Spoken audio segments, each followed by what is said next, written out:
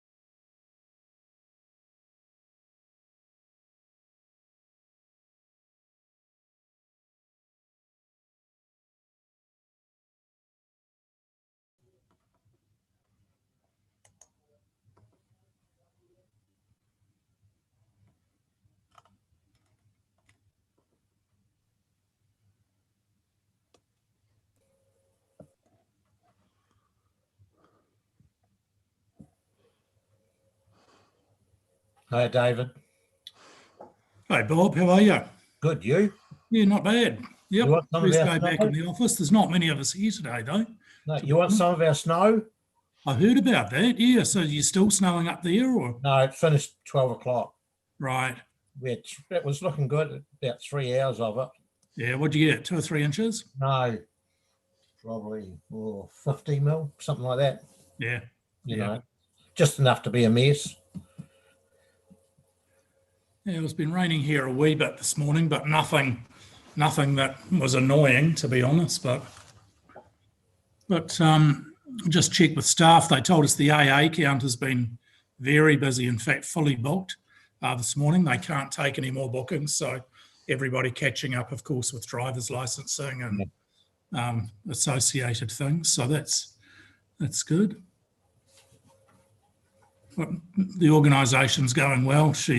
Everybody knows what they're doing, where they're doing it, and yeah, it's been quite a smooth operation all the way through, actually. I think it's actually been the quietest time since I've ever been on council for me. You know, I've had one person ring up, and last time there was people ringing up about when the tip was going to be open and this, that, and the other. But this time it's been very quiet.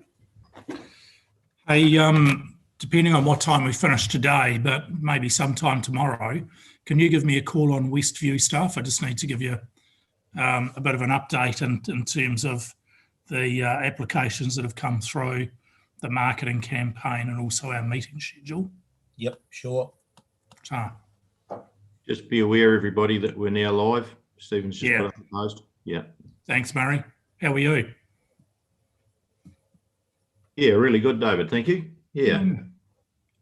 I'll get my video going shortly. Just going through my screen. There we go. No snow, at least in this morning. No, but I tell you what, it sleeted for a bit, Mark. It was interesting. Yeah, I thought we might have got something a bit more involved than that, but we dodged a bullet. You're looking a bit dark there, Murray. Can you backlight your screen so you've got your face lit? Because you sort of you've got a silhouette. I'll just open the curtain. Normally, in the earlier stages of the day, I'll disappear for a wee moment. Sun shines in there, and I can't see a damn thing. So, give me a moment, Mark. There's out our window. How much is left?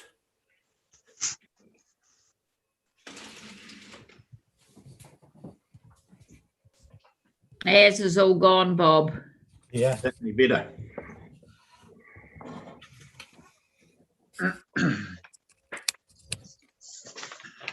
Yeah, it's a bit better, Murray. We can sort of see some more of you.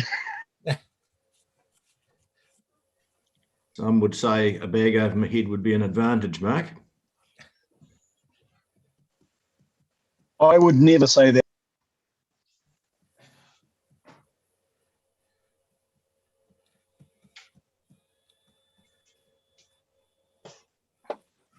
see a post on national radio. I think it was national radio, or maybe it was at Stuff, saying that there's a huge market now for cosmetics and cosmetic surgery with the advent. I think we got that in the first lockdown too, wasn't it? With Zoom, people seeing what they actually look like when they stream on the full screen. And Yeah, people ordering shirts and tops and not trousers and skirts. exactly.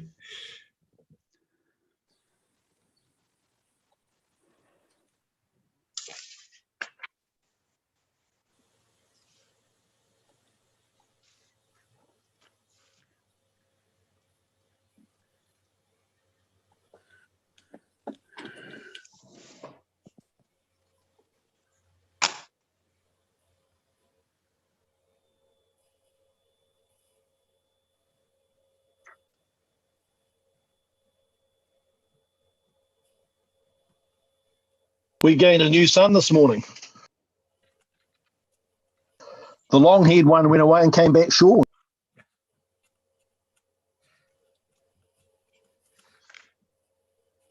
I've already got a Sean, but that was name, not hairstyle, Mark. Did you say Daniel's joining the force? Was it the Air Force or something? Yes, he's got Sunday week. He goes up to Woodburn, so Good. he hadn't had a haircut for 2 years. It took 35 minutes or 25 minutes to cut his hair, almost 2 full appointments. Wow. A reminder that we're live streaming at the moment.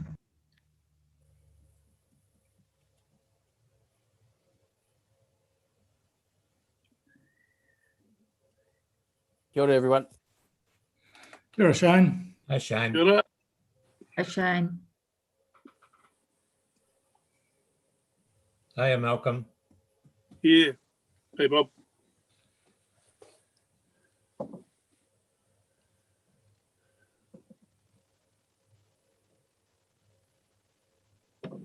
Just had a note from Sam, say he's having a couple of IT issues, but he'll be with us ASAP.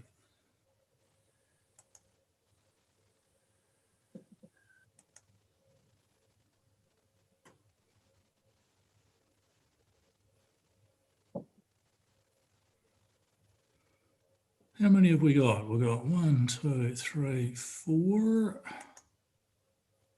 How can I get everybody on my screen? 7. There's a gallery. There's a little button on the right-hand top corner called View, Jenny. Yeah. If you select Gallery View rather than Speaker View.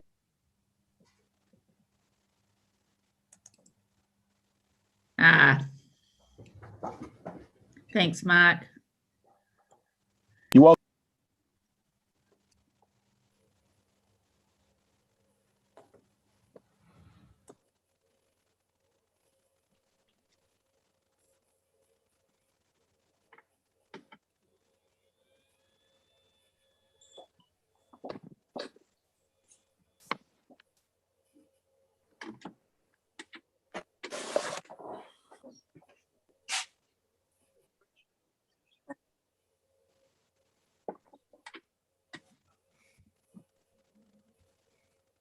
Well, kia ora koutou, everyone. I trust you can hear me, and welcome along to our meeting today. Where are we? September the 8th, a snowy day in the west of the district, snow in Darfield and further west this morning.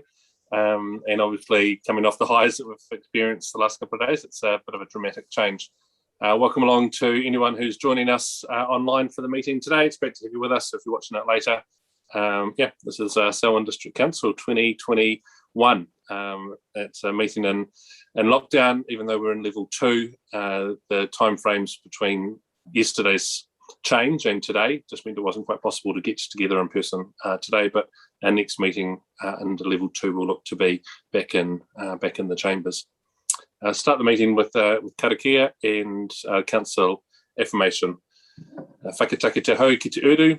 Whakatake te hau ki te tonga, kia mā kina kina ki uta, kia mā tara tara ki tai, he akia nā te atukura, he tio, he huka, he hauhu, tihei mauri ora. Let us affirm today that we as councillors will work together to serve the citizens of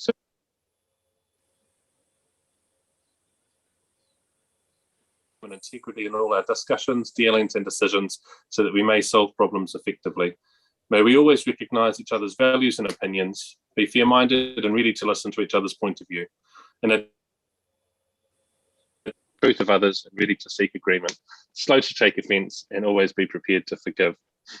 May we always work to enhance the well-being of Selwyn District and its communities. We will. We will. So everyone today, obviously being Zoom again, we'll just continue to use the raise hand function if you have something that you'd like to speak to, just in the speaking order, that way you'll pop to the front of my screen. And if you would like to vote on things, then it will just be a hand raised to say yes to something, or a hand raised at the no point. But if it's a no that you want recorded, you'll need to unmute yourself and just raise the no's. And we'll just take the silence as affirmation of agreement to the resolution that's in front of us. Today we've got a number of things to decide, and it's nice to be able to do that in this environment. First up on the agenda, thinking through identifications, any apologies, sorry. I'm not aware of any. I think we're all online here today. David, Mr. Mayor. Great. Any extraordinary business? Again, I haven't been made aware of any. No, nothing notified to me, Mr. Mayor. Great. Any conflicts of interest that people would like to raise that haven't already been brought to bear or are recorded in our usual way? District licensing. Yep, that's recorded in our. That should be recorded in your conflicts of interest register as an ongoing matter. So we don't need to raise that. You're welcome to raise it, but it's not necessary to raise that at every meeting that comes up if it's recorded in the conflicts of interest register. Public forum today, we don't have any. So move to the confirmation of minutes. There's been some discussion around these minutes, but if someone would like to move and second, and then we can think about any discussion. So a mover and seconder for the minutes, please raise your hands. I see Bob and Malcolm, thank you. Discussion on those minutes, Councillor Mark.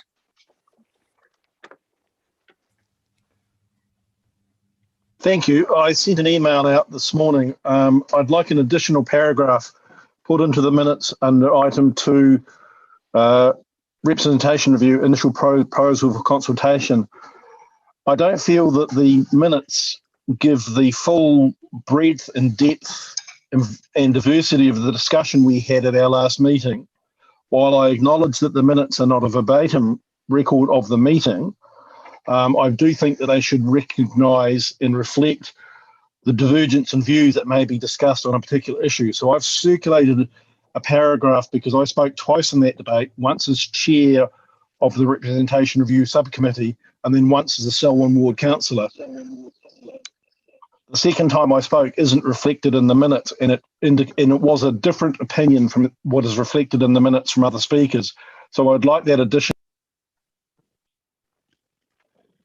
Great, thank you, Mark, for that. Any comments on Mark's proposal there? I think we just include that as part of the discussion that was had. Or Nicole, you have something?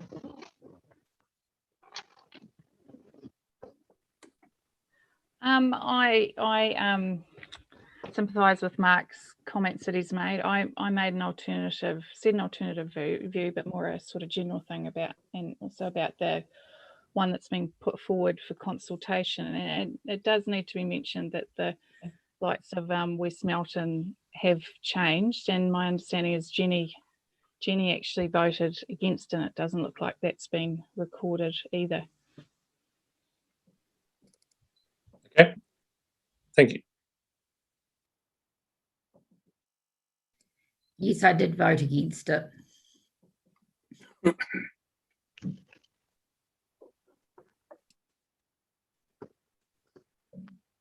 Thanks, Jenny. So if it can be, if that needs to be recorded, we can make that change. Malcolm, did you have something else to say?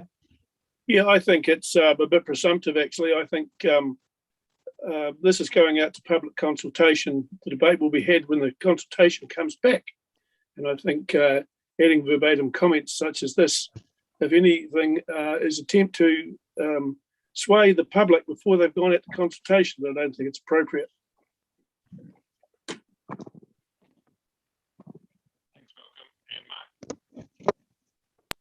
Thank you. I'm not attempting to sway public opinion. I'm really seeking that the minutes more accurately and more fully reflect the discussion we had, and I don't believe they do at the moment. So thanks, Malcolm, for your comments, but I stand by what I've said.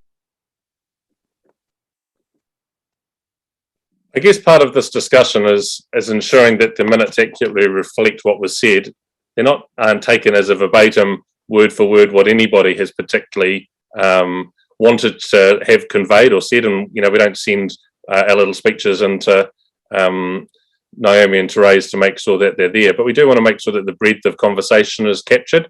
I'd have to say that last week there was a range of views around what was good and bad around each of the proposals, and none of them stand out as, we've picked one, but actually all of them have their pros and cons, and so long as the minutes reflect that there were a range of views and that many of the options had good points and some of them had some bad points too, and we had to come to an answer. I'm not sure that having the particulars is going to be as helpful, but Mark, I'm happy for those things to be included if the rest of the meeting is, because it does capture what was there. I guess we also want to make sure that by inserting things now, this is for all of us, for any elected member wanting to insert things in a particular way post-meeting, that we're not setting ourselves up for weakening council's decision further down the line. We just need to think about that. The way that it's been captured was by two people doing their job in an online situation to try and capture the tone of the meeting at that time. Are there any other views from councillors around how we do this?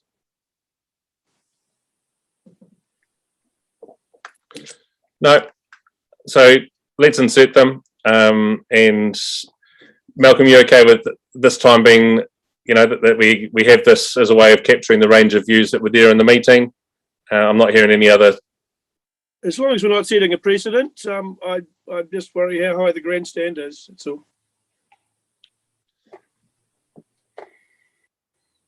That point taken. We don't want to set this up as a way going forward, but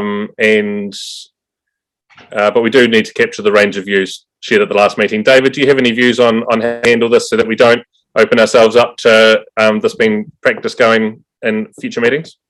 No, I'm going to make the point, as I do frequently, that minutes are not a Hansard. They're basically designed to capture comments that were made that led to the recommendation being moved and seconded at the end of each item. I think Mark is actually quite correct.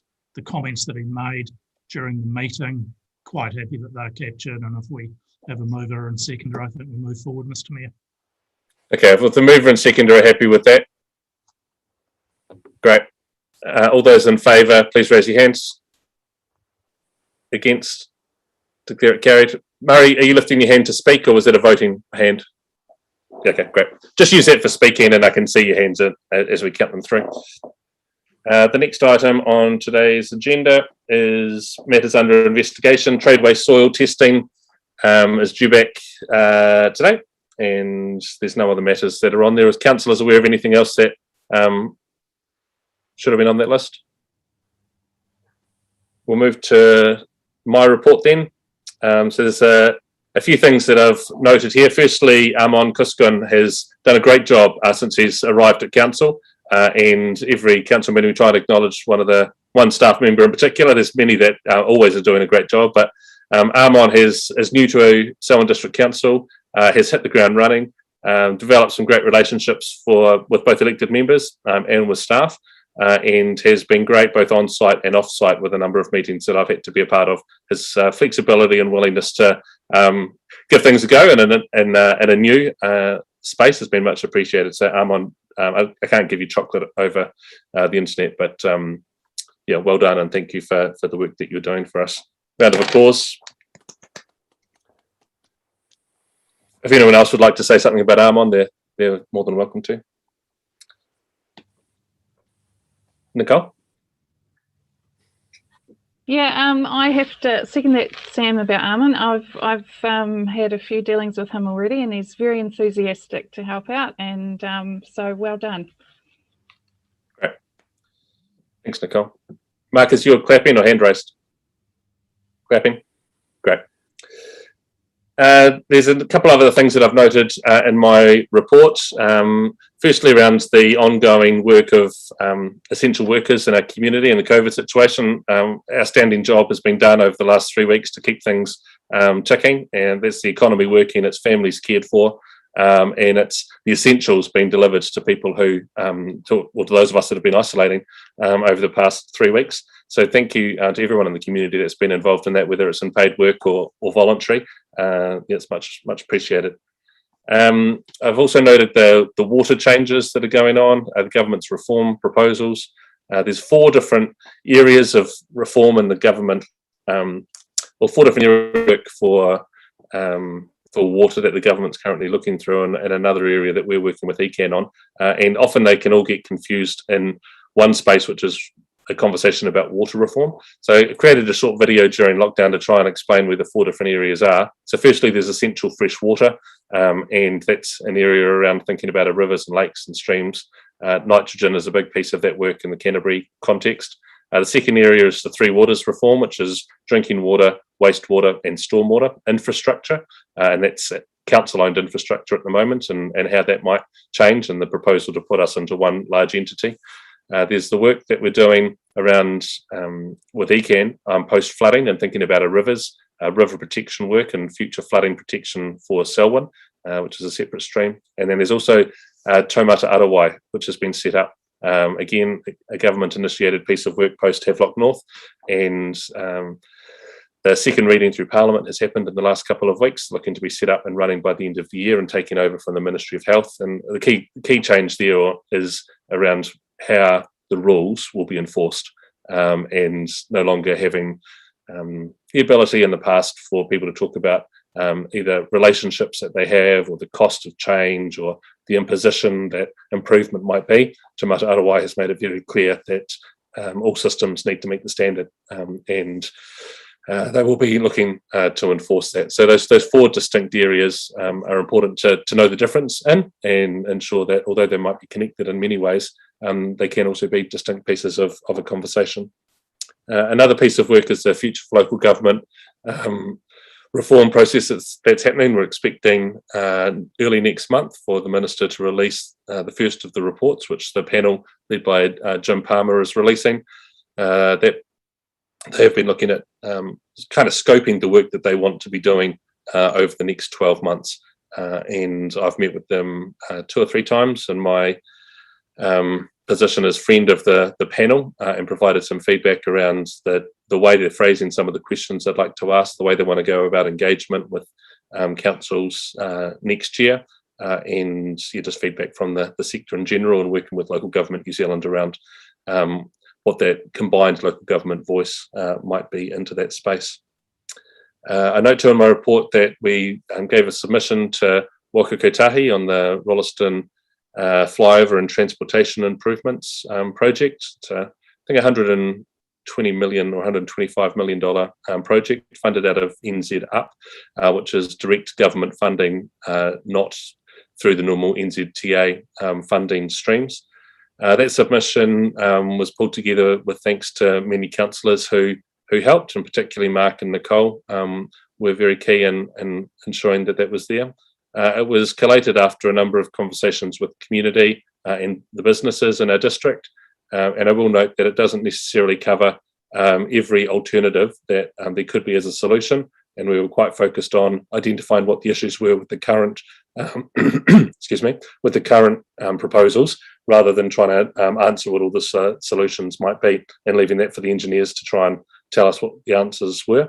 I will note that post the submission being handed in, a number of other alternatives, an underpass instead of an overpass, and a few other things have been raised and brought up, and they have also been submitted to Waka Kotahi through other channels. But this submission is on the agenda for retrospective endorsement, and I know that it was circulated to all councillors before it was submitted.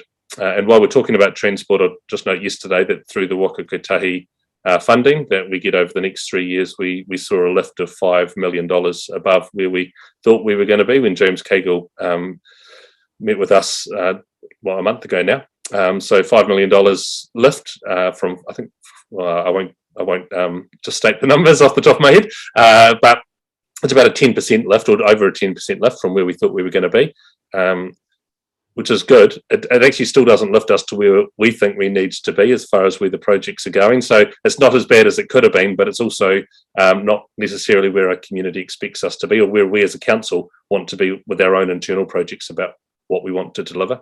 But good news that there's been a lift there. They have been able to do that by providing borrowing capacity to NZTA, which allows NZTA to do some spending up front. But my concern is that overall that still doesn't change insufficient funding in general. And there's going to need to either be a big lift in the way that the current petrol or fuel tax and road user charges are levied, or there needs to be some new funding come into the system to allow us to, to keep our roads in the condition that we expect, as well as build the new infrastructure that's going to be required going forward. And a key part of the announcement yesterday is the continuation of the roads that link on to CSM2 motorway, safety improvements around Prebleton being a key part of that. So that's probably a roundup from my report. I'm happy to answer any questions. And Mark's first up. Thank you. I think there needs to be an amendment to the recommendation. The recommendation needs to receive your report and endorse the council's submission to Waka Kotahi, so that it's clear that we are actually endorsing it. I'd echo your comments, Sam, that post the council's submission, I've had representations from ratepayers on the council should be supporting their particular submissions and ideas in their submissions, so that there is a divergence in view. I think Waka Kotahi has received a large number of submissions, and they are aware of the passion in our community for these projects and for these improvements, even if not everybody agrees on the same way of skinning the cat. Thanks, Mark. Yep, note those points. And does what has been added to the minutes cover your concern? Yeah. I mean, I'm happy to, if your recommendation just adds, and I'll be happy to move the recommendation that just adds that we endorse this council submission. Yep. Endorse or approve instead of receives the submission. Yep. And Jenny. Thank you, Sam. I just wondered how your meeting went with Pete Neal at Arthur's Pass.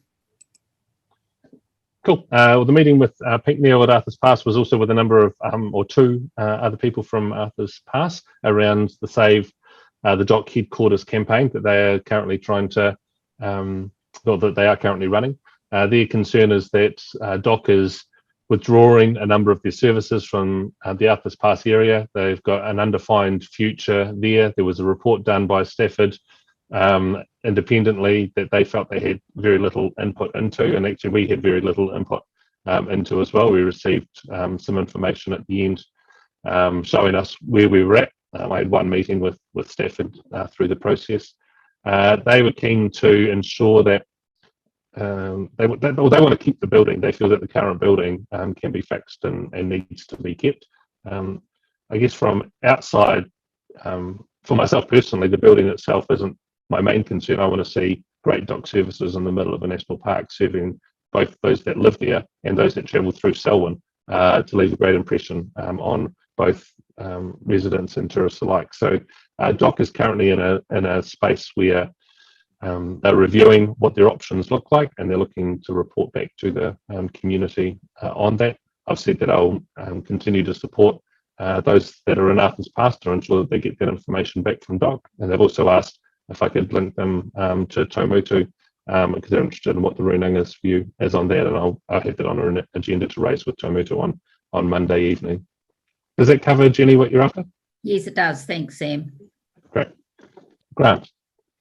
Thanks, Sam. It's more of a statement than a question. Just looking at the Mayoral Forum Achievements Report, page 34, I suppose when you see it laid out in black and white and bullet point form, it really emphasises the inequity of the shovel-ready projects allocation, particularly the fact that Selwyn got 0 and when you see the range of alternative applications of shovel-ready projects, it does beg the question, why? Has it ever been explained to Selwyn in plain language why we failed in our shovel-ready application when clearly there was such a wide range of other projects which meet the criteria? No, and my concern with the process, and I've said this to ministers as well, was that there was no transparency in the decision making. Selwyn District Council's proposal met what the requirements were going forward. It would have been created jobs. It would have been able to be delivered straight away as we were ready to go.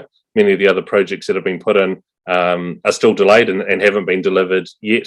But in the end, it was a minister making a particular decision, and the process was clouded, I felt, from any sort of good governance. It certainly is not a way that we should be making decisions as council. I thought it did. I think the whole shovel-ready project piece and the Provincial Growth Fund ended up harming New Zealand's view of government decision making because there was no transparency or weighting of projects, and in the end, a number that received funding did not even meet the initial criteria, and the criteria continued to change. So no, I'm disappointed like you, but we haven't received one, and I don't expect we will, because the minister and the way that those things were working at the time are no longer involved.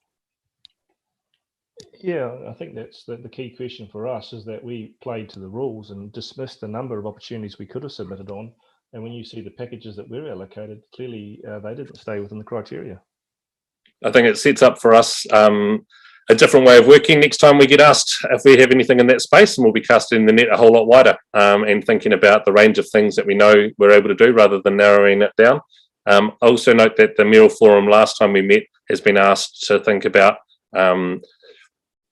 categorising projects in Canterbury on a regional basis, so that we're able to then actually really quickly support A, B, C, D, E, because they've already been determined as where they sit. That would need to be reviewed quite regularly, as for many of us, our projects change, or we complete our own projects and then new ones come up. And there were 3 mayors, Murray Gordon, Nigel Bowen, and someone else, who have been tasked with generating what the process might look like to get to the point where we could analyse what projects are. So we're just starting the first part of that, not analysing projects themselves, but what sort of process do we think we might need to go through to get there.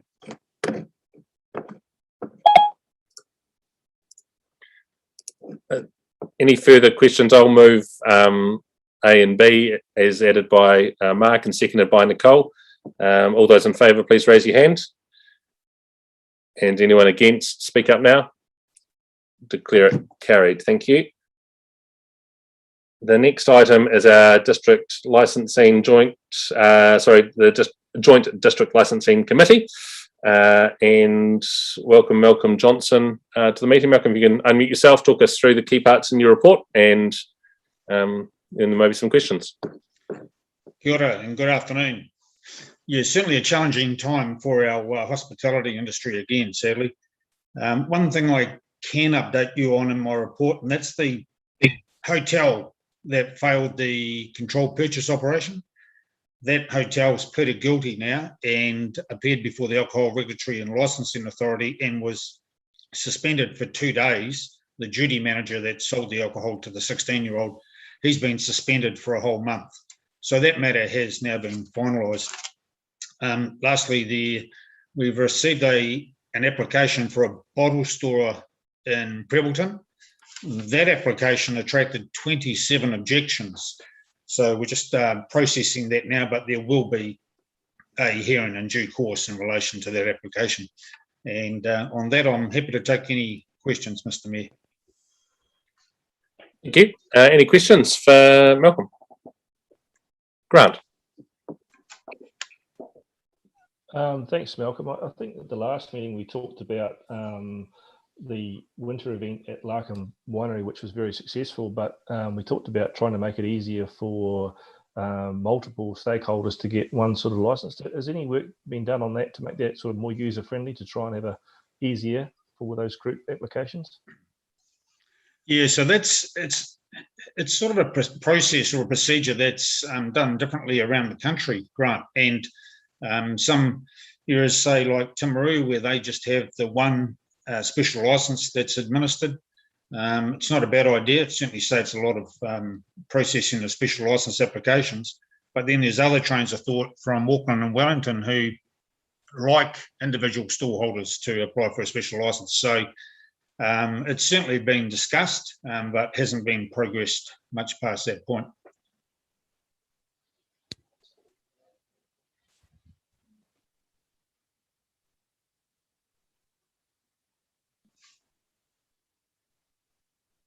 Thank you for that, Malcolm. Are there any further questions that people have? Sophie. Kia ora, Malcolm, how are you going? Just a quick one, hopefully. Are there many events or businesses, well, mainly events to be honest, the ones who've got special licenses or temporary ones that have indicated that she's going to postpone? There's probably been quite a few things, I imagine, postponed or cancelled. Certainly has. Yeah, we've had a few, and we've got a couple more in the pipeline. We still, at this stage, we understand the Ellesmere AMP is still going ahead, and the garden party, that's the 3,000 or 4,000 students at Lincoln University. That'll be a hot discussion, I guess, in due course, but that's still go ahead. So, yeah, time will tell. Thank you. Sophie, you happy to move the report? Great. Seconder? Malcolm, thank you. All those in favour, please raise your hands. Against? Declare it carried. Malcolm, thank you very much for that and sharing it with us. Next we have Biodiversity Strategy. It's tab 10 on page 53 of today's agenda. And welcome Denise and Andy to the meeting. Denise, if you'd like to talk us through the report, and then Malcolm come to you, Murray come to you after that. Is that fine? Great. Denise. Okay. Good afternoon, everyone. I'm just here to tell you about the Selwyn Biodiversity Strategy. So the purpose of this report is to seek council endorsement to undertake a development of a draft of a biodiversity strategy. And earlier last year in October, Andy presented to the council a memo where he talked about the New Zealand Biodiversity Strategy and also information on the Selwyn Council developing their own biodiversity strategy. So the proposal is to develop this strategy, and that will guide the biodiversity management and protection of within the district, and it will be written by council staff, and mainly myself and Andy will be doing that, and along with other technical knowledge that we need and other expertise. So the report here, which you probably have in front of you, hopefully, lists a number of points that reasons why we want a strategy and actions that could come out of a strategy. So, and part of that, we're proposing that there should be an advisory group which will be created to help us with the scope and content of the document. So, looking at the system, 2 councillors and also 2 Selwyn District Council iwi representation on that advisory group. So, if you look at Appendix 1, you can see some process stages and timelines of what we've sort of put together for the strategy. So we've given you 3 options. One is to support the recommendations within the report. The other one is to make amendments, and the other is not to support it.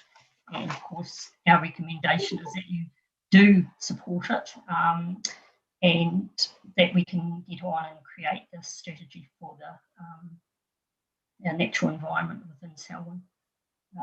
So a draft report will be brought back to the council for consideration, and of course there will be consultation with different groups, and you'll see at the end of the appendix there is a group of stakeholders that we sort of have identified as the main people that we would go to as part of the consultation. And Murray, part of that is that NKT who we will look at working with, and also the local Runanga Tamutu Runanga would be another group that we would work closely with. So, yeah. Any questions or thoughts on that would be wonderful. Great, Denise. Thank you for developing what you have so far. Looks it's a process that I think provides some clarity and help bring together some things that are happening in a really good way and Selwyn into one space so they can be understood a whole lot better. We've got Murray, then Mark, and Jeff, and then Deborah. Yeah, thanks, Sam. Firstly, I'm happy to move the adoption of the report as recommended by staff, and also would be happy to be part of one or any of the councillors involved in that process. I can see this leading on quite directly from the process that we led for district plan review with a similar range of groups, and I think it's appropriate. We talked about at the time of that working group for DPC about re-engaging with those people or those communities of interest, at least, if not the same people, and the value of that. And I think this this strategy is the appropriate time to do so. So yeah, so moved. Thanks, Murray. Mark. I'm happy to second the recommendation. I'm just seeking some clarification. Item 4 in the report talks about an advisory group and gives its membership. Appendix 1 talks about a working group and gives its membership. In the working group, there's ECAN representation. In the advisory group, there isn't. So I'm just sort of trying to reconcile, are we having a working group or an advisory group, and whether ECAN membership is on either or both of those groups. I actually think some ECAN membership could be useful because it is under the, a lot of environmental stuff falls under their bailiwick. So coordinating with them like we do on other issues could be helpful. We don't want to have a biodiversity strategy that's at divergence with ECAN, but just clarification under, is it a working group or an advising group, and who? Well, the advisory group is the up to two councillors and senior management and iwi, and it can come in sort of under more a partner stakeholder type area, but they also, of course, like you say, they're very involved in biodiversity within the district and Canterbury as a whole, so we would certainly be looking towards them for advice and as well. So yes, they'd definitely be involved, and possibly to bring them into that original advisory group will be something that we could discuss and look at doing. Thank you, Mark and Denise. I've got Jeff and then Deborah. Yeah, thanks very much, Denise. It's a good report. There's just one thing, and it's probably just, I may be not reading it right, but council has 3 options. The second one, make amendments to the recommendations contained within this report. But if we go to page 55, you've sort of said that would only basically be dealt with if they were agreed with by staff. Okay. Well, I suppose we don't know what you might recommend, so we'd have to go back and have a discussion whether we felt that they fitted in with the whole idea of a biodiversity strategy, or we'd have to have a discussion once we knew what you may come back with. That was probably I know. Look, I'm not making a big deal out of it. The biodiversity strategy you've got is excellent. I just don't think that reads well, and maybe we could look at that differently, because I mean, I'm sure the council wouldn't make a recommendation that we all didn't agree with, and it doesn't sound good that if a council makes a recommendation and you don't agree with it, that staff won't follow it on. That's how I read it. Okay. It kind of spoils the content of what you've said. But I do see it's a long time coming, and I'm so pleased that you've done it. Yeah. Cool. No, okay, certainly thank you for that. Bye-bye. Reword that piece, yes. Thank you. And Deborah. Thank you. Look, I don't know whether there needs to be a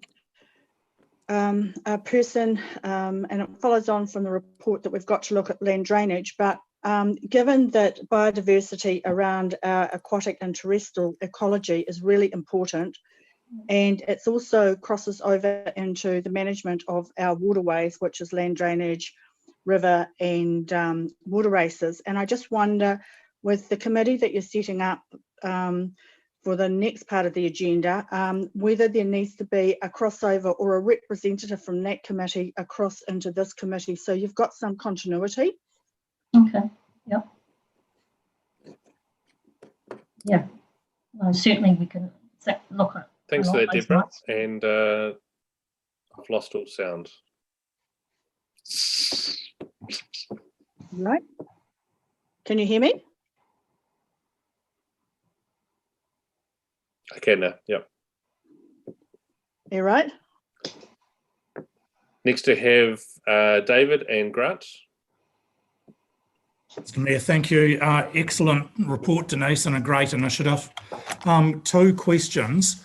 Number 1, would it be helpful to have councillors nominated today, or is that a subsequent process? And the second one, the list of stakeholders at the back, can we add Lincoln University to that list? Yes, definitely. Please. Yes, I think yes to both. Yeah. Well, Mr. Mayor, if that was the case, it may be prudent just to ask for councillors to identify if they are interested. Councillor Lemon has already indicated that he is keen to. Yes. I'll hear from Grant and then we can come back to that. Thank you, David. Grant? Yeah, along the lines of Mr. Ward's, again, I wonder whether we should add Ellesmere Sustainable Ag to the partners and stakeholders. It seems like they're a pretty large lobby body. I did speak to the biodiversity prints earlier today, talking about where our delineation, I suppose it's Mark's agenda. I support biodiversity, but I just don't want us to overstep the mark about what ECAN is doing. So that delineation, I think, Mark, is, as you described, pretty important in making sure that whatever we do is linked up with the ECAN. So I would support Mark's take on that. Thank you for your time. Thank you. And I guess part of it is thinking, what is the role of the working group or this advisory group and then the working group? There's a few different phases here, and actually getting a few councillors together, Denise, for you, and having those discussions about who are the other stakeholders and partners that need to be brought into the second phase of it, and that will be a key piece. Yes. Malcolm. Yeah, I'm happy to be part of that with Murray if that suits. Great, thank you, Malcolm, for that. Deborah? Can't hear you, Deborah. Microphone. Just with my suggestion about the crossover with land drainage, which, by the way, I'm interested in being on for the next committee, does that need to actually be ratified in this biodiversity strategy, or can it be added? I think, Tanisha, do you have an answer for that? I see that work will be part of the scope of what the next phase is. What's the breadth? What do we do in each space, and how does that look? Yeah, exactly. Yeah. So thanks, Deborah. Shane? Kia ora, tēnā rā tātou. Thank you very much, Mr. Sam. Just wanted to support Councillor Miller's comments around including the inclusion of Ellesmere Sustainable Agriculture Incorporated. They quite clearly advocated through the long-term process, so only rightly so they should be involved in the process. Secondly, Andy and team, I just wanted to congratulate you on the current funding that's come through for Yars Lagoon. Well done there, and I think it's going to be a great advantage for all of us having that work done. So congratulations on that.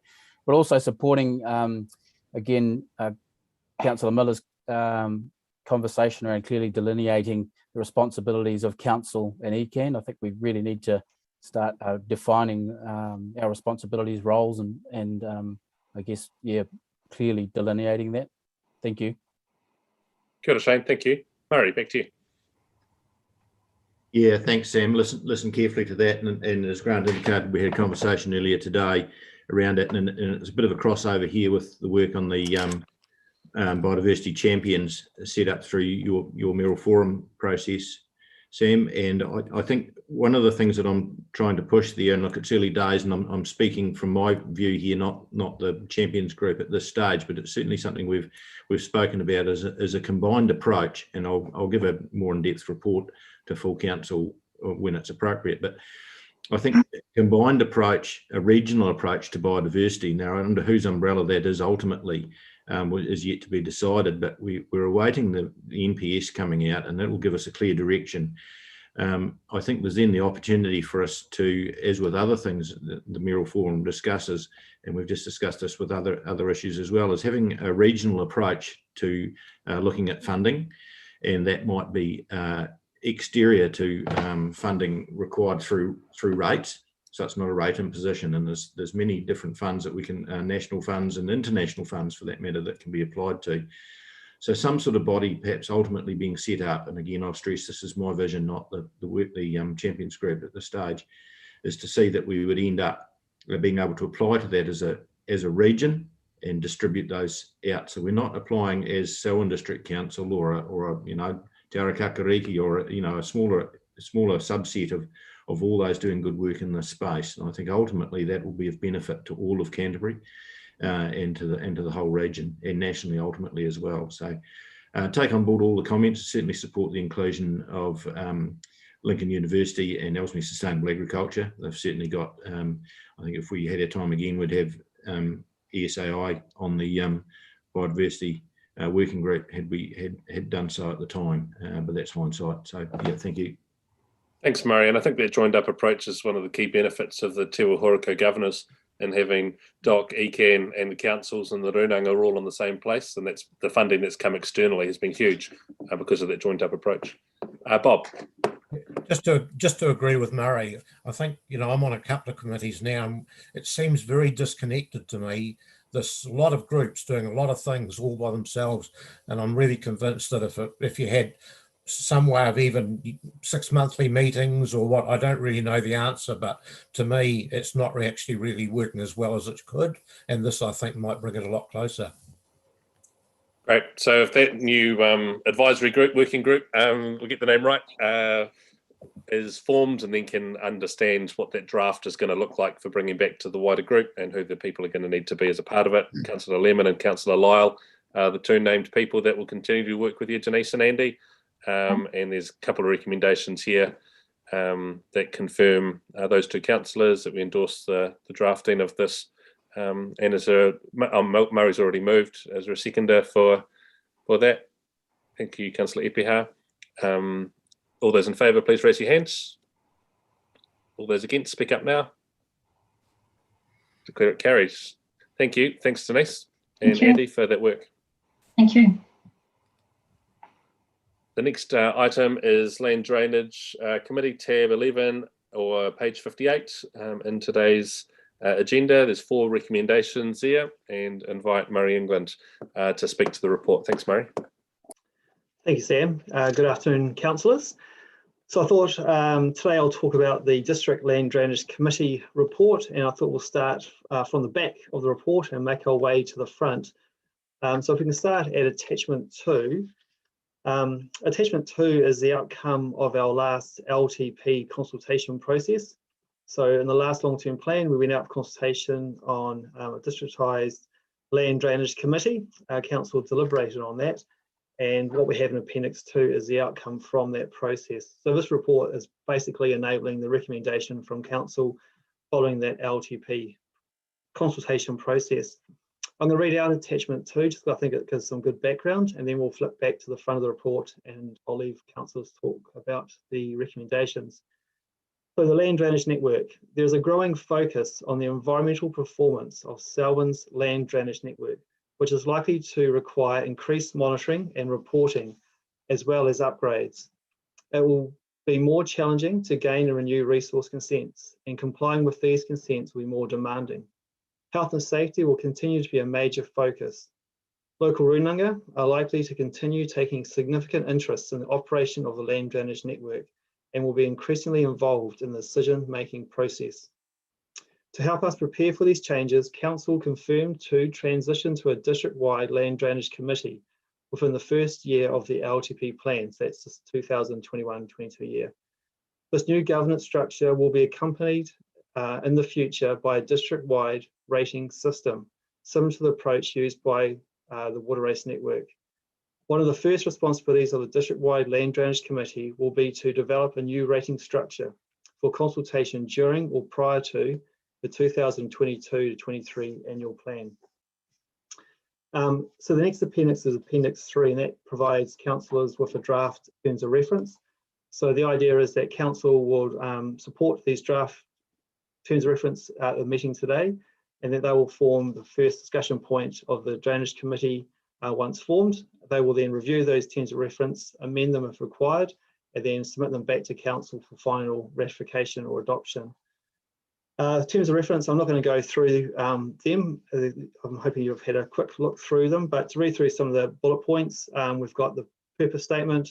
We talk about the membership, talked about responsibilities of the committee, what the quorum will be, talked about how we set the committee chair, the meeting frequency, committee delegations, limitation of powers, operating principles, what committee support we provided, and finally the work program and how we will report back to council. So that's all detailed in those draft terms of reference. Part of those terms of reference, we have Schedule 1, which is a list of committee members. Those members haven't been set out, but what we have laid out in front of you is the membership of the groups, organisations that will be represented. There's a second process go through and appoint each of those people, and those groups will be able to appoint their own people in relation to that. So in terms of Southern District Council, staff are recommending 3 representatives. So I'm hoping that today, as part of this meeting, councillors can appoint 3 within their ranks. And I think it'll be quite useful if potentially there's some crossovers with the previous Biodiversity Committee. So if there's a council that happen to be on both, that would be quite a nice link between those 2 committees. We've also got 3 regional groups, representatives from each of the current land drainage committees. And we've also got some advisory people positions as well. So at the bottom, so these advisory positions don't have voting rights on the committee, but they will be able to have a voice and help to inform the committee's decisions. So that's probably the overview from me. I'll hand back to you, Sam, if that's okay, and take any questions. Great, Murray, thank you for that. And it's been this is the next stage of a work stream that's been ongoing for some time. I just wonder, in the draft terms of reference, and maybe it's going to be a matter that the committee themselves can raise, because at the moment we're just kind of approving a draft, and it can be more clearly defined once these people have been appointed. But with the future Three Waters possible changes, I think we need to think about where we want the future of land drainage to sit. Selwyn's ability to continue to have the expertise required to ensure great outcomes for the land drainage network, and all those other, those things need to be part of that broader discussion. So I'd be interested in other councillors' views, but I think some direction to this committee to give thought to that possible future would be helpful ahead of time, rather than feeling like the other Three Waters are encapsulated, but land drainage isn't, and water races is obviously going to be in the same space. So we'll hear what other people have got to say as well, but and maybe I'll just bring that up as a part of this future group once it's done. Councillor Hassan, then McInnes, then Lemon, and Miller. Right. Thank you. As I said earlier, I am interested as being on this particular committee, if you so wish. Thanks, Sam, for that suggestion. I think that's worthwhile given our Three Waters, where the land drainage is in and land drainage is not in. Just one comment, Murray. It's to do with table 2 and looking at your advisors. Within the Silverstream catchment, University of Canterbury and Lincoln University have both done a large amount of research alongside Fish and Game with regards to management of that catchment, and I just wonder whether they should actually be put in the advisors group, or consequently we can co-opt where we have interested parties that are doing research within our appropriate catchments, because it's important that the research that they're conducting actually gets reported through to this particular committee. Yep, so I'm happy to either add that now as an amendment to be approved by council, or we can leave it to the committee to add on as part of their process of reviewing them. But either or's fine. Thanks, Deborah, for that suggestion and for putting your hand up to be on the group. Sophie. Kia ora, Murray. I just wanted to volunteer be on the group as well, partly because I'm on the Three Waters working group, but also because if it's going to district-wide rating, then I think it'd be worth having somebody who's within one of the urban wards, like a very urban area, to sort of be there as well, rather than it being fully rural. Thank you, Sophie. Murray. Yep, support suggestions so far. I think as it's draft, I had a question around membership with Taumutu Culverts, Murray, which I won't go into at this stage. We can probably cover it all for you. The same representative is likely to be in the drainage committee rep anyway, so I'm probably going to get those views. And I'm happy to be that link if you're wanting that link from the biodiversity side, assuming Malcolm's not interested. I'm happy to be that link between the two if that suits full council.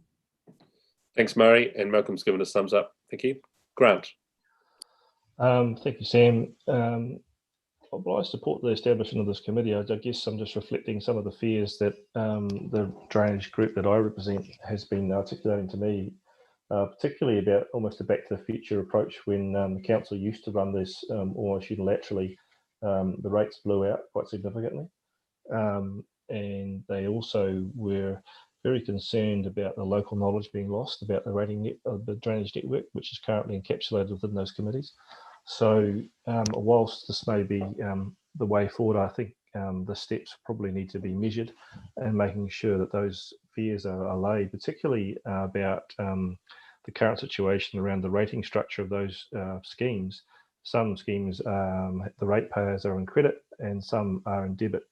And there's a very, very, very, very strong mandate from the ratepayers in those schemes to say there's no way the rates that I've put in should go to subsidise someone who hasn't paid their way.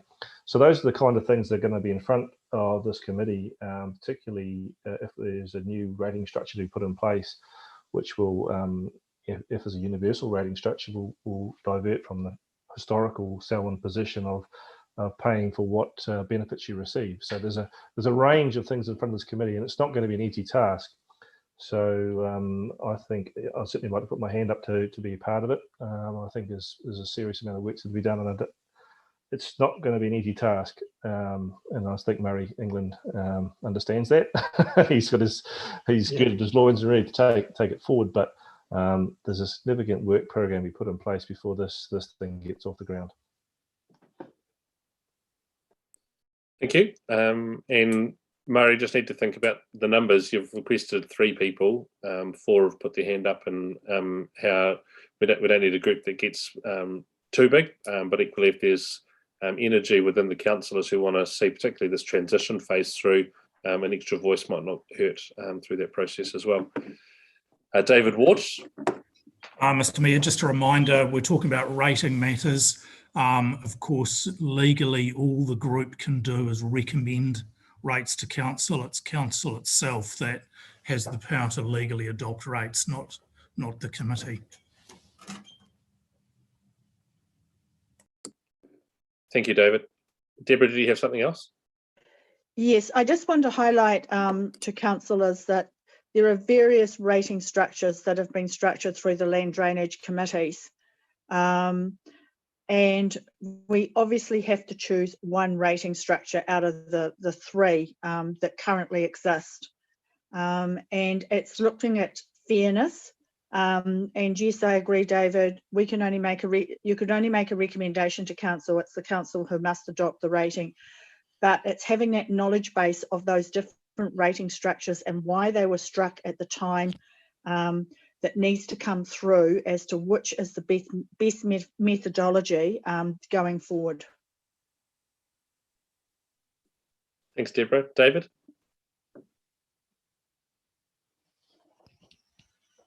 No, Grant?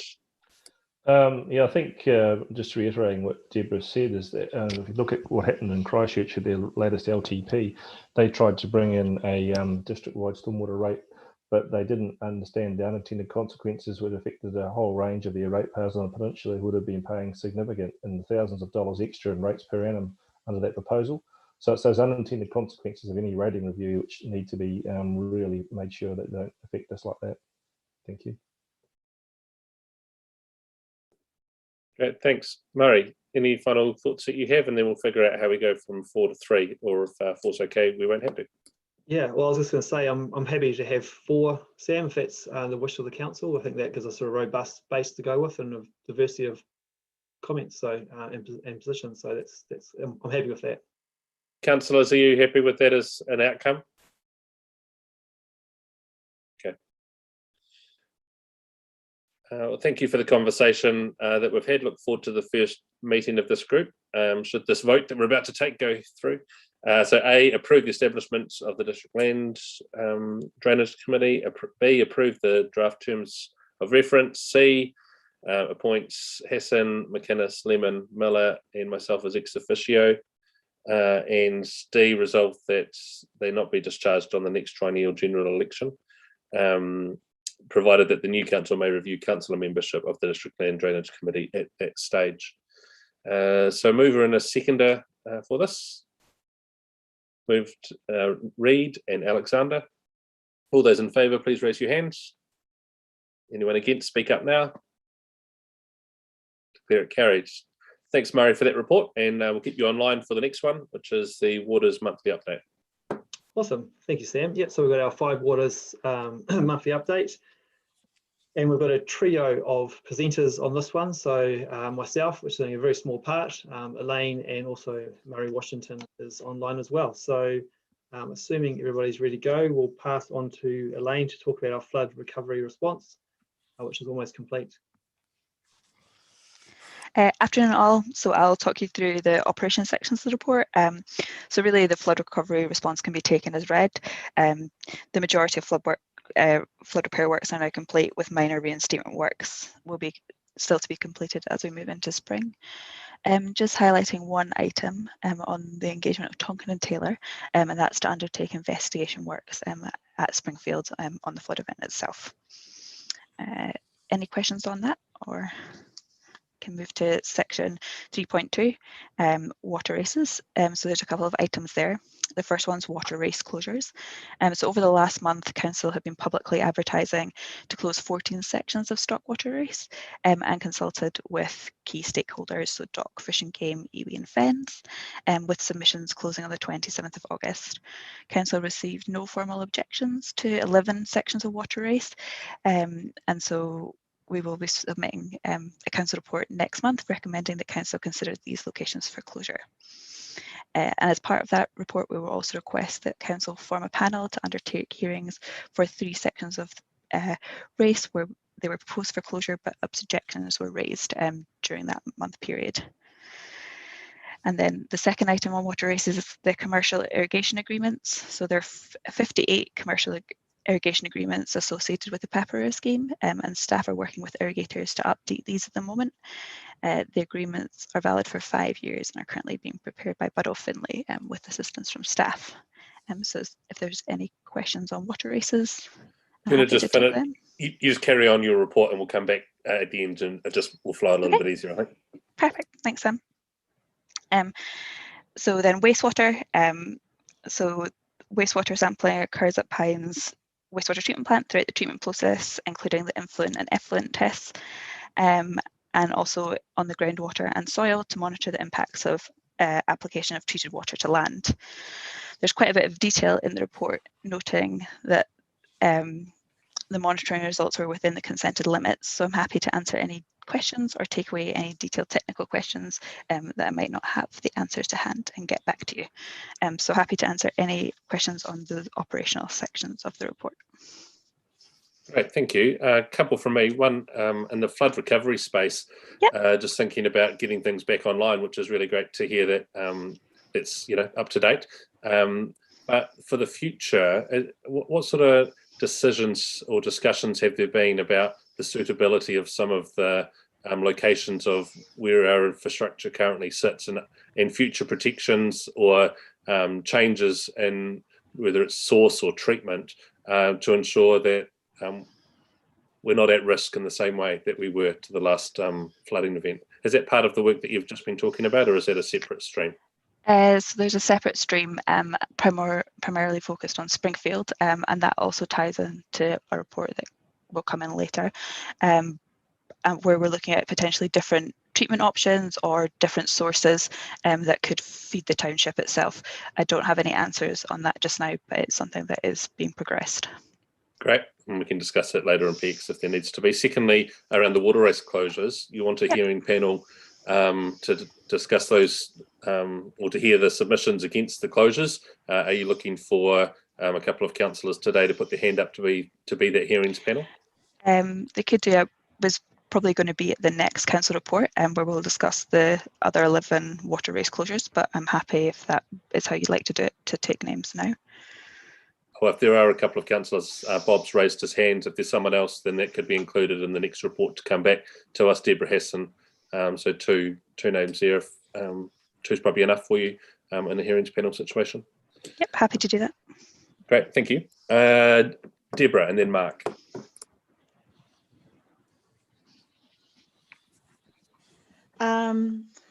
Thank you, Elaine, for the report. Just with regards to the sodium and calcium ratio with regards to, the pugging of the soil, do we have a management plan that actually looks at the application of gypsum or calcium to manage that going forward into the future? I'm not sure about that off the top of my head. Sorry, Deborah. I don't know if Murray has any idea. If not, I can check and get back to you. I think it's just something that our staff manage, our contractor managers on site. I think that's probably as much detail as we have. But there is no alternative. There's no active management required at this point, so there is probably no plan. Thank you. Councillor Alexander. Thank you, and thank you for the report. I'm really interested in the table of contaminants. What would be really interesting to see would be a comparative over a number of years. And we do the sampling, it appears to be annually. So, can we have a table at some point, or even on the council website, of the last few years showing any trends in the levels? Hopefully they're all staying nice and low and not continuing to increase, but trends are probably something that the community would be interested in. Yep, happy to do that and send that information through. I was just not quite sure how much detail to include in this report, but that's information that we definitely have to hand very easily. Thank you, Shane. Kia ora, Elaine and Murray. Thanks very much for the report. With regards to treated water discharge, how long does our discharge consent last for? How do the current levels sit in contrast to the new water regulatory limits, if we even have that at all? And I'm just wondering what sort of point, given the figures that you've pointed, is there a trigger point or trigger figure that alerts us to the fact that it is getting higher? And looking at the figures here, they're relatively low or quite low to the consent limits. Yeah, so the levels are very low compared to our consent limits. Our resource consents for pines with 35 years. So I have to go back and see when they were granted, but we're well over 20 years to run on those, probably closer to 30. Yep. I've just written a note down here to add the pines trending to our further points of discussion in the report, so we can do that at a later stage with you guys. Thanks very much. Shane, that covers it. Cool. Grant. Emma, are we talking to all the attachments? Because I just want to talk about the drinking water regulator. Is that okay to talk about that? I think Murray. I'm covering that in a few minutes when Elaine. Okay, I'll hold fire then. Thank you. Yeah. I think that comes to the end of the questions on that first part, Murray. So I'll hand to you now, and you can run through the rest of the report, and then we'll come back, Grant, to you. Kia ora, and thank you, Mayor Sam. Item 4, 3 water reform. I won't comment on that at all. You're all over that like nothing else. So that's a major part of the work. Under 4.1, water services bill. Now, what I did was did a summary of the water services bill as it came back from the health committee and went to Parliament for the second reading. Now, I'm not 100% sure, Sam, whether that reading's actually happened because it coincided with the start of lockdown and Parliament hasn't sat. It's actually interesting to read some of the commentary from the committee before the bill was actually resubmitted to the House. But I've got a few, just a couple of key points. I won't go through in detail. One is that with the bill itself, the National Party have put in a supplementary order paper, and that basically would include in the bill that it does not include a supplier who supplies drinking water to fewer than 30 endpoint users. So that's quite a point of contention, because the bill as is written is for everybody else other than a self-supplier. So if you're providing water to more than yourself, you are at this stage hooked into the bill. Going through the key points, and clarification, the stormwater network is urban, and it's urban as per the district plan, and excludes any rural and rural residential land. So that's quite clear what the Water Services Bill covers, basically urban stormwater. The requirements of the drinking water supplier, obviously you have to comply with the drinking water standards, which are set by the government at some point in time and are not covered in the Water Services Bill. All drinking water suppliers have to have a drinking water safety plan.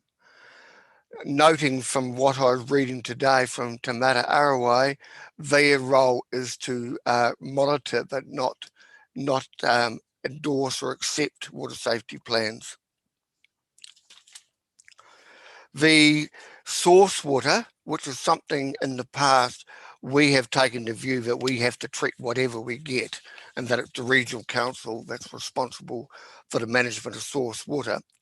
That continues, except that we have to keep an eye on whatever land use activities that we may consent under a district plan that actually may affect source water. As I said, the government sets the drinking water standard. It specifies what substances are able and the minimum and maximum criteria for that. It's got a specific requirement that any drinking water standard do not include a requirement to refluoride, which used to be in the old drinking water standards as well. So that would have to be a separate bit of legislation to require fluoridation.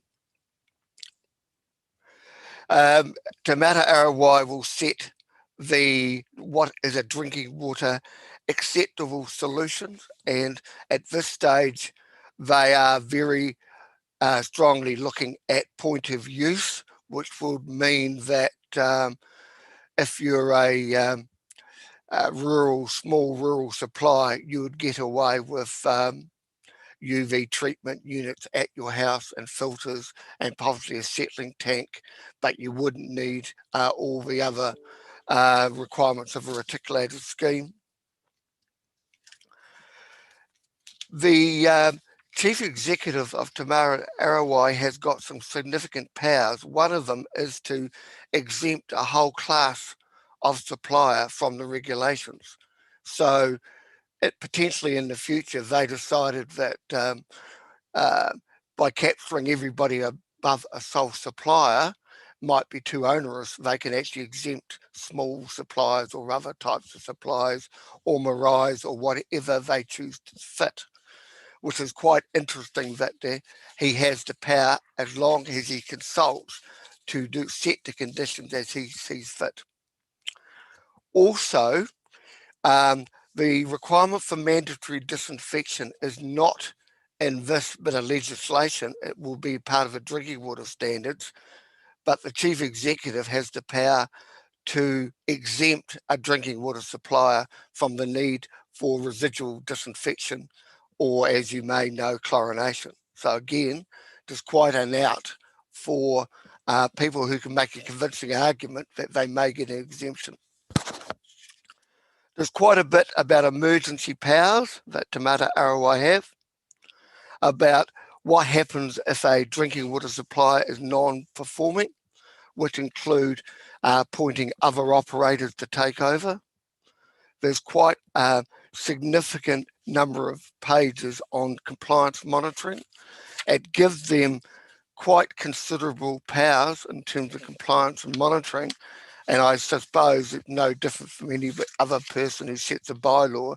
How they choose to implement that will be up to their own organisation. In terms of drinking water, of course, Te Mata Arawai are the regulator. In terms of wastewater and stormwater, they are merely the monitoring. And so they're looking at how, and they'll be doing performance benchmarking and how water suppliers or wastewater and stormwater networks manage their networks, how they avoid effects on the environment, and how they contribute to better standards in the future. Quite a considerable amount of paper is taken up with compliance, annual reporting, and all the fines and offences that people can be found guilty of and fined. Quite considerable.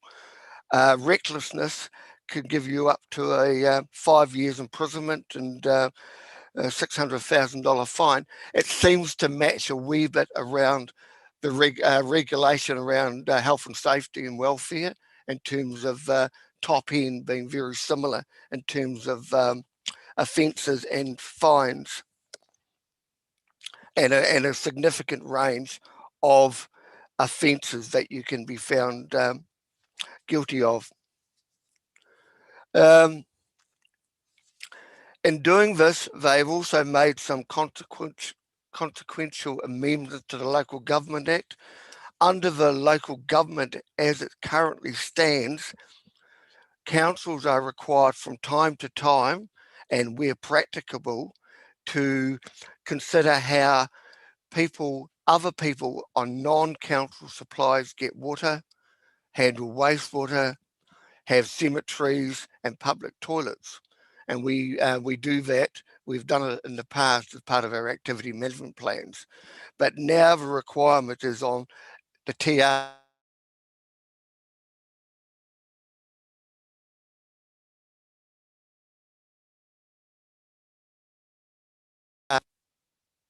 Can you hear? I just dropped out on my audio video then, Sam. We lost you for 5 seconds, but you're back with us now. That's right. So the requirement now is to do that within the next 3 years, to actually do those full assessments. And if there's any concern about how a private or a small supplier is operating, the TA or whoever the water supplier is at that point is required to work with TA, with Te Mata Arawai on forming solutions. And that may be that councils or whoever the water supplier is take over those supplies. But there is one interesting note that says that nothing obliges a territorial authority to provide a supplier via a reticulated network, but doesn't stop you having to provide it by water tanker, for example. That is quite a significant step up from what we currently do.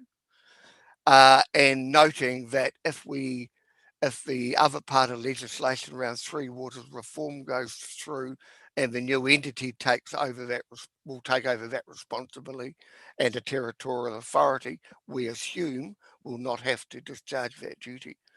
There's quite a bit of legislation, nearly 180 pages. Even summarising is quite detailed. So if you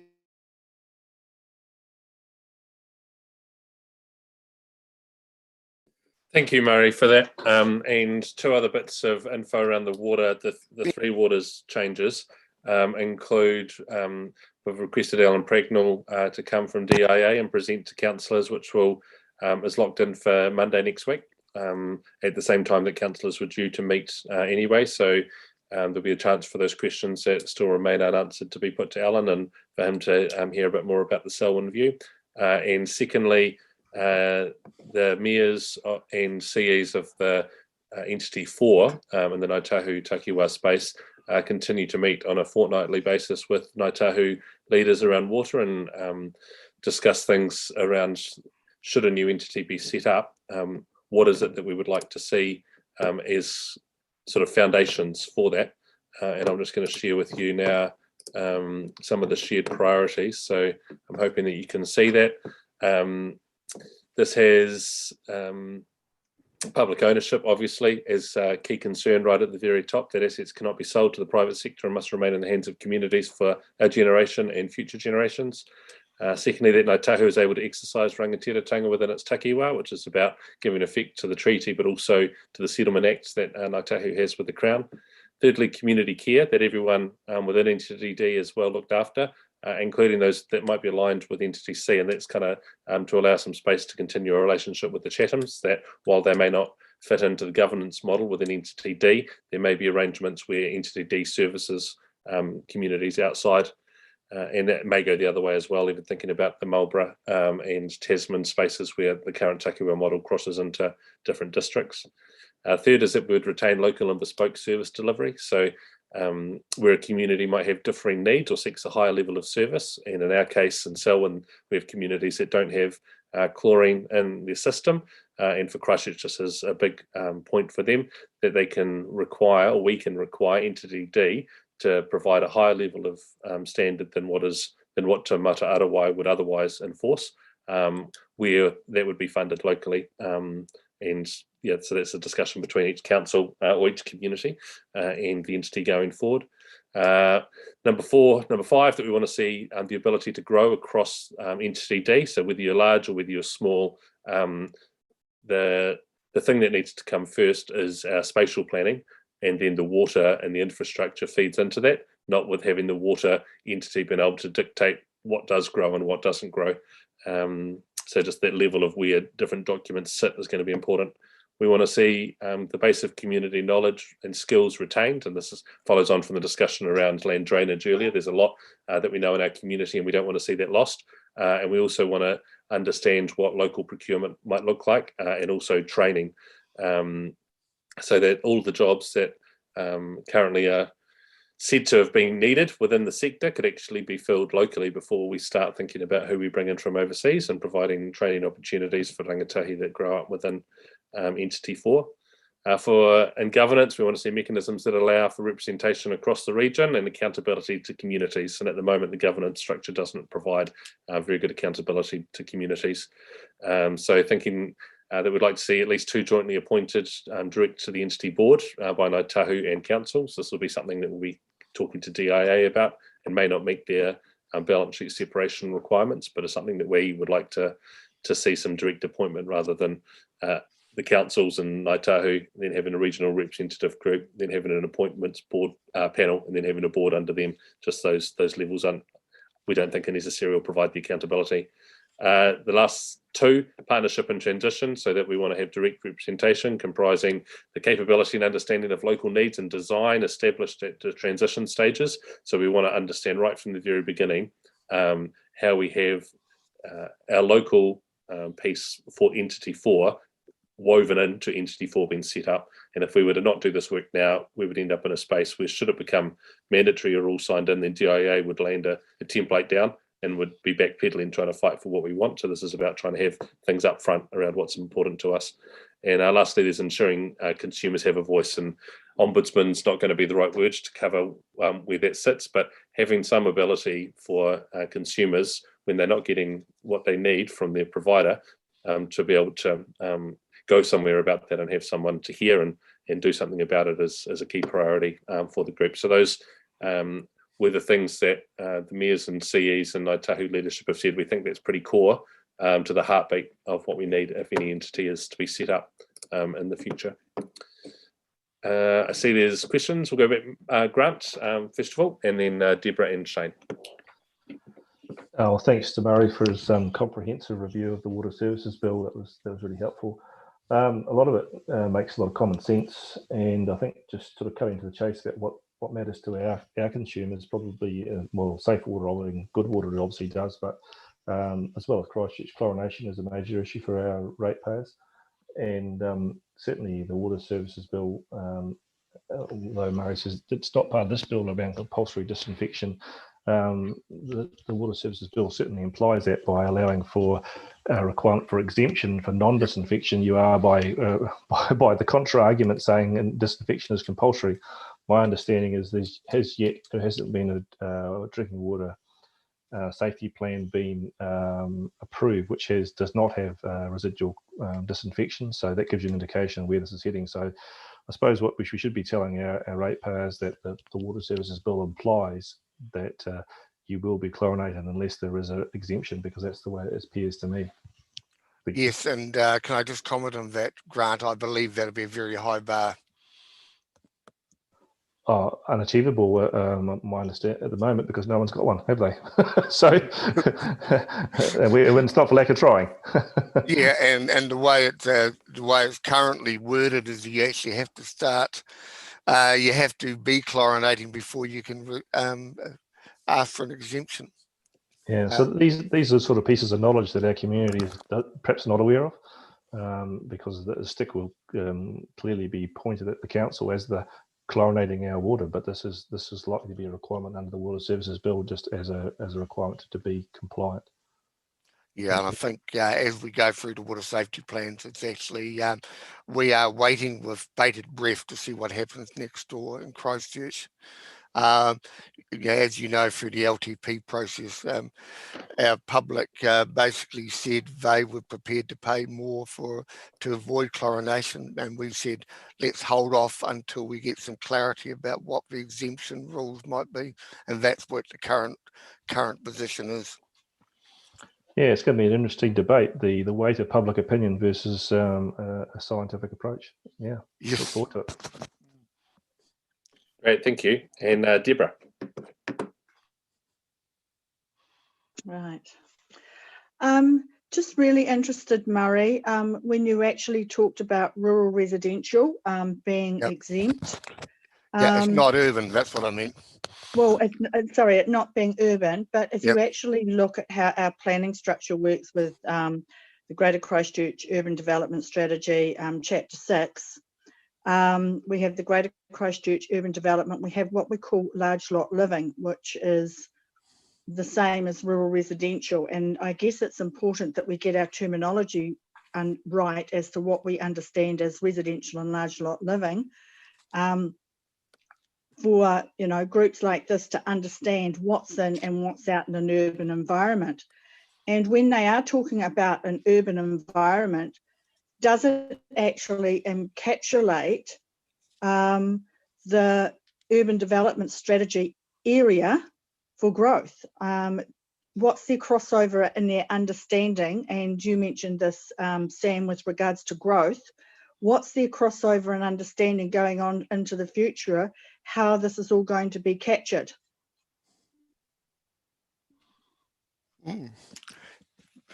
Quite good question, particularly when it starts getting into the planning area.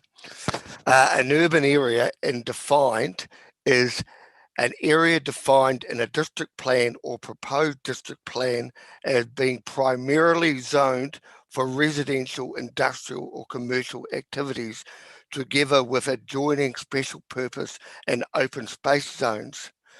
Does not include an area zoned primarily for rural or rural residential. So if it's primarily rural, it's not included as urban. That's probably as simple as you can say. So what we don't know, and this is, I think, one of Sam's questions for Alan Pragnell will be, please just clarify that if the Water Services Bill believes stormwater is urban, that's the intention of the Three Waters review as well. But just in regards to that, my understanding of Chapter 6 with regards to the UDS location area, they actually, large lot living has to be attached to a wastewater and a potable water supply. So where does that leave them? Because we're only talking about stormwater here in that respect. Any consented wastewater schemes or any basically water supplies will be as regardless of whether it's urban or rural. Okay, thank you for that. And Shane. Kia ora, Your Worship. Thanks very much. And thanks very much, Murray, for your report. Yes, a very comprehensive report, and it's a huge can of worms, isn't it? And I think we've touched on about 2% of the concerns that currently seen from the community. Murray, just under point 5, page 71, future points for discussion. I'm wondering if we could add Ellesmere pipeline to that, future points for discussion.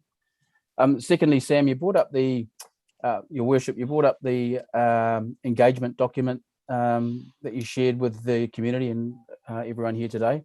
I just wanted to I guess, clarify that that's quite a high level document at this stage, and it's a discussion between the Mayoral Forum and Ngai Tahu, and something that's yet to be, I guess, clearly accepted or defined through council at the moment.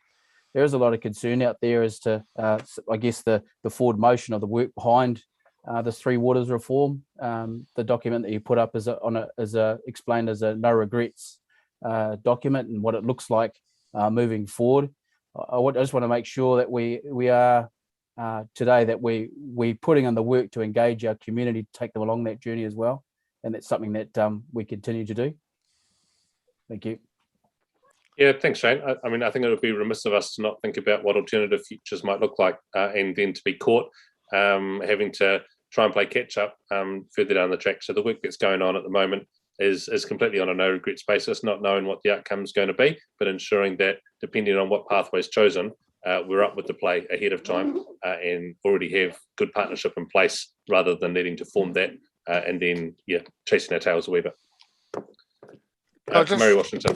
Yes, thanks, Sam. I just wanted to move on to item 4.2, which was the Infrastructure Acceleration Fund, which is a very recent piece of legislation. The $3.8 billion Housing Acceleration Fund was only announced in March, and we talked before about being nimble in terms of funding applications. Well, I'm not sure we could have been more nimble than this one. So we actually have applied for 2 grants.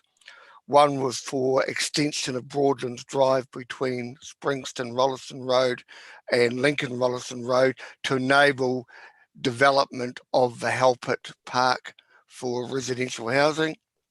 And the other one was for South Rolleston wastewater pump stations to complement the extraordinary growth outside of our infrastructure boundaries that could happen if all the private plan changes go through. So those 2 applications went through the day before lockdown. Halpert Park was $1.3 million and South Rolleston wastewater was $10.8 million. They are being administered by Kaingaroa, and at this stage, although we have had acknowledgement they've received them, we haven't had any feedback or queries. I just wanted to clarify that we have made a couple of applications which were endorsed by the Greater Christchurch Partnership, as they were required to do. Thanks, Murray, and thank you for the last minute nature of the rush to get that done. The timing was tight. As you said, the Greater Christchurch Partnership has endorsed these. It was interesting, some of the discussion from the other partners around trying to get projects in last minute that didn't really fit the criteria. So it was great to have ours that did, and in the end GCP decided to support ours and not some of the others that sat outside where the criteria were. So Sophie, you're a part of that meeting, and thanks for the support in there as well. The idea around the Halpert part is that Broadlands Drive is going to need to be completed regardless. We're looking at what different options in that area are. We're not predetermining what that outcome might look like, but if we were to get that level of funding to support a transition in that space, it would certainly be helpful. So Murray and your team involved, thank you. Do we have a mover and seconder for the Wastewater Services report? Thank you, Bland and Hassan. Sorry, it's not just wastewater, it's drinking water and water races and all our 5 waters. All those in favour, please raise your hands. All those against, please speak up now. Declare it carried. Murray and Elaine, thank you very much for that. Good comprehensive reporting. The next item is planning, environmental and regulatory services update, and welcome Tim Harris to the meeting. Tim, I'll let you talk through your report and then there may be some questions at the end. Thank you, Mayor Sam, and afternoon, councillors.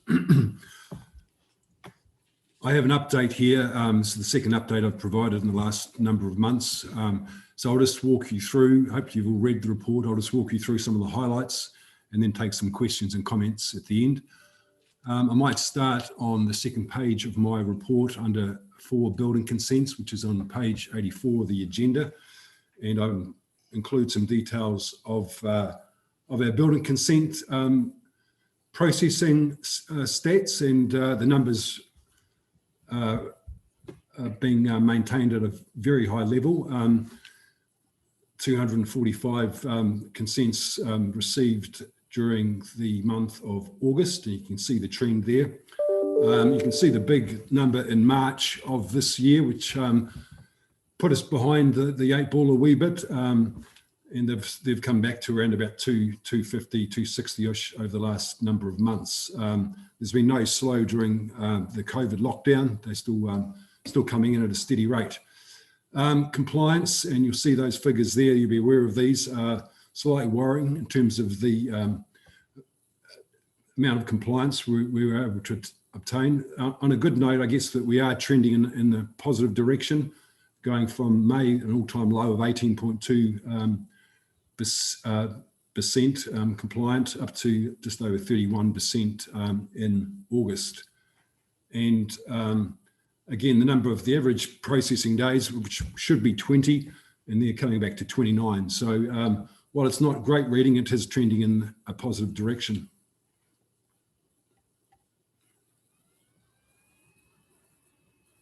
So under level 3 and level 2 now, we'll be able to continue with our inspections, and there's a bit of a backlog there, so we're just trying to get through those as best we can.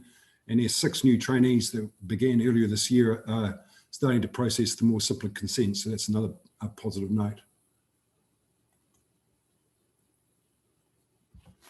So I just have to put in a password.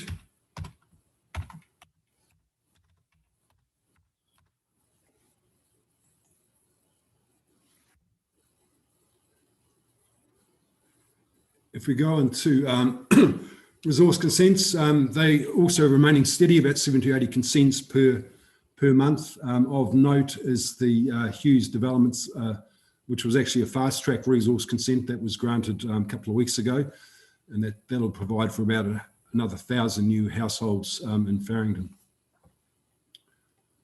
Under 6, I include some stats for the compliance. Notably, during lockdown, there has been quite a surge in noise complaints. I suppose it's because a lot more people are spending more time at home, so things like spa pools and heat pumps are raising a few concerns across the district.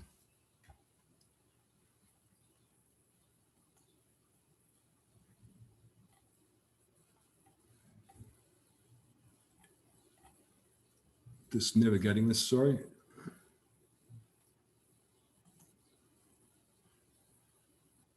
I've included a Greater Christchurch work program, and that mainly revolves around the spatial planning process, which was discussed a wee bit during the last briefing with the Greater Christchurch Partnership.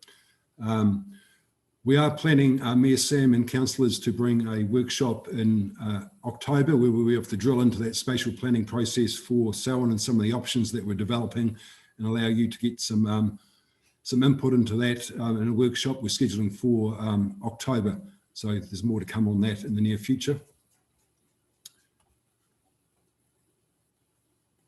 I have included also a table of the Greater Christchurch work program. The breadth is quite broad, and I won't go through any of those in detail. Happy to take any questions.